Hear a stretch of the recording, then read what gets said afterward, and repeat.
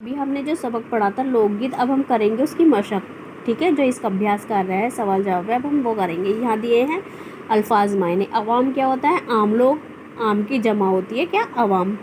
मुबनी मुनहसर या की बुनियाद पर। औकात वक्त की जमा होती है। खालिक पैदा करने वाला या मुराद लिखने वाला। मंजर कसी मंजर खींचना, लफ्ज़ों में मंजर की तस्वीर खींचना। पनघट वो कुआं या बावली जहाँ से पानी भरा जाता है। सारंगी क्या होती है? एक तरह का साज जिसमें कई तार होते हैं। एक तारा एक साज जिसमें एक ही तारा होता है। ठुमरी गीत की एक किस्म जिसमें एक बोल तरह तरह से अदा किया जाता है। दादरा गीत की एक किस्म जिसमें मुख्तलिफ गीतों के बोल या अशार जोड़ दिए जाते हैं। कजरी बरसात में गाए जाने वाले गीत की एक किस्म होती है। बारहमासा शायरी की एक किस्म ऐसी नज़्म जिसमें साल के 12 महीने और मुख्तलिफ मौसमों का जिक्र किया जाए। रुत मौसम होता है। चार चांद लगाना खूबसूरती।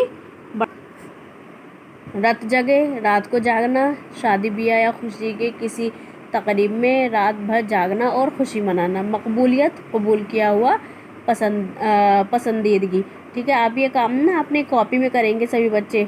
सवाल नंबर 2, नीचे लिखे हुए अल्फाज को बुलंद आवाज़ से पढ़िए। ये सिर्फ आपको पढ़ना है, कॉपी में नहीं करना है। मकबूल, नस्ल, बाकायदा, किस्म, दर्द, मौसीकी, मुताबिक, वज़ाक़ता। ठीक है, अब तीसरा सवाल है, गौर कीजिए, ये आपको समझना है ये पार्ट। लोकगीत हमारे समाजी और तहजीबी ज़िंदगी का हिस्सा है। हमें अपने लोक गीतों को महफूज रखना चाहिए। हमारे लोक गीतों को जमा करने का काम सबसे ज़्यादा मेहनत और तवज्जो के साथ दियोनदर रस्तियार्थी ने अंजाम दिया।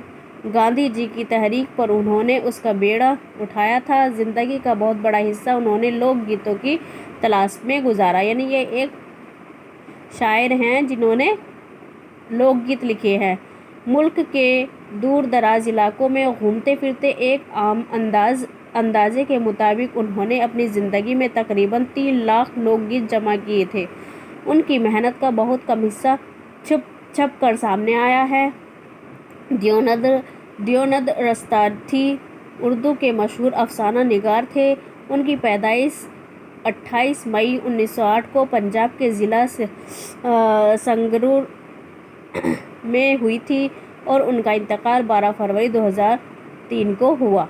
उनकी बहुत किताबें हिंदी, अंग्रेज़ी और पंजाबी में भी शाये हो चुकी हैं। वो हमारे लिए एक बहुत बड़ा ख़जाना छोड़ गए हैं। उनकी वज़ाक़त साधुओं जैसी थी। लंबे बाल, बेतरतीबी से फैली हुई दाढ़ी और लंबा कोट उनकी पहचान थी। सवाल नंबर 4 है, सोचिए और बताइए। पहला सवाल है इसमें, लोकगीत किसे कहते हैं? अभी बच्चों अब जब हमने शुरू किया था तो उसमें बताया गया ना लोकगीत किसे कहते हैं। तो इसका जवाब लिखेंगे आप यहाँ से। लोकगीत उन गीतों को कहते हैं जो अवाम में बहुत मकबूल होते हैं और जिन्हें अक्सर अवाम ही गाते हैं। ठीक है, ये आपके पहले सवाल का जवाब है। दूसरा सवाल है, लोकगीतों के मौज़ूआत क्या होते हैं? तो बच्चों इसका जवाब मिलेगा आपको यहाँ से। तो लोकगीत के मौज़ूआत में आम जिंदगी की झलकियों की जगह खेत खलियान, बैल गाय, नदी नाले, पनघट, कुएं, तालाब, मेलों ठेलों और पैदाइश से लेकर मौत तक हर किस्म का जिक्र मिलता है। ठीक है, तीसरा सवाल है, लोकगीतों में देहात और कस्बात के समाजी ज़िंदगी से ताल्लुक़ रखने वाली किन बातों को पेश किया जाता है? तो बच्चों आपको इसका जवाब मिलेगा यहाँ पर। लोकगीतों में देहात और कस्बात के समाजी ज़िंदगी के सारे रंग साफ नज़र आते हैं। अगर शादी का घर हो तो घर की सजावट, दूल्हा दुल्हन, मेहमानों की सज बारातियों के नाज नखरे, समधनों पर की जाने वाली चोटें, यहाँ से लेकर आपको यहाँ तक गोसा ऐसा ना होगा जहाँ जो लोकगीतों में ना आया हो। ठीक है, ये पूरा आपको यहाँ से यहाँ तक इसका जवाब लिखना है। सवाल नंबर 4 है, अवाम में कहाँ कहाँ के लोकगीत ज़्यादा मकबूल हैं? तो बच्चे इसका जवाब है, लोकगीत यूँ तो हर ज़बान में होते हैं, लेकिन शमाली हिंदुस्तान की ब्रज भाषा, अवधी और भोजपुरी में जो गीत गाए जाते हैं अवाम में उनकी मकबूलियत बहुत है। ठीक है बच्चों, अब आते हैं अपने अगले सवाल पर। खाली जगहों को मुनासिब अल्फाज से भरिए। यहाँ कुछ अल्फाज दिए गए हैं जो हमें यहाँ पर भरने हैं। ठीक है, जहाँ हैं वहाँ ज़िंदगी, तो क्या है, जहाँ लोकगीत हैं वहाँ ज़िंदगी से क्या है, प्यार है। जाड़ों की रुत में के आसपास, किसके आसपास, अलाव के आसपास बैठे हुए बचपन के साथी किसी जाने पहचाने गीत में सोए हुए सपने क्या करते हैं, जगाते हैं। चांदनी रातों में बचपन की सखियाँ चूड़ियों की खनक और पायलों की झनकार से उन गीतों में चार चांद लगाती हैं। ठीक है, ये आप खाली जगह भर लीजिएगा। सवाल नंबर 6, नीचे दिए गए लफ्ज़ों को जुमलों में इस्तेमाल कीजिए। जुमले बनाने हैं आपको। ठीक है, यहाँ पर सब बच्चे अपने आप ये जुमले बनाएंगे। ठीक है, अपने अपने, कोई किसी की कॉपी नहीं करेगा देखकर। सवाल नंबर 7, इस सबक में जज्बात कस्बात लफ्ज़ आए हैं। ये जज्बा और कस्बा की जमा है। आप नीचे लिखे अल्फाज के वाहिद लिखे, यानी ये जमा दी गई है, यानी बहुवचन दिया गया, आप उसका क्या लिखेंगे, एक वचन, वाहिद लिखेंगे।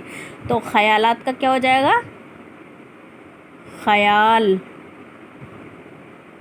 खतरात का खतरा। ठीक है, इसी तरह सवालात का सवाल, जवाबात का जवाब, मुकामात का मुकाम, इमारात का इमारत। ठीक है, नेक्स्ट सवाल है, नीचे लिखे हुए लफ्ज़ों के जोड़ मिलाइए। ताल, तलैया, रुत।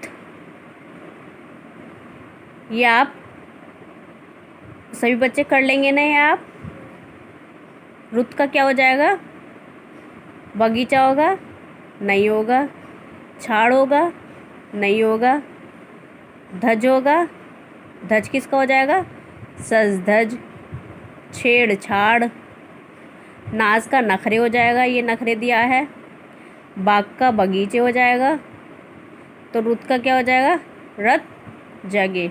ठीक है, इसी तरह अमली काम है जो आपको अपने आप करना है। आपके घर में या पड़ोस में किसी की शादी हो तो शादी में गाए जाने वाले गीतों को रिकॉर्ड कीजिए और उन्हें याद कीजिए। ठीक है, सभी बच्चे काम अपना कॉपी में कर लेंगे साफ साफ, मुझे टाइम से काम भेजेंगे सभी बच्चे।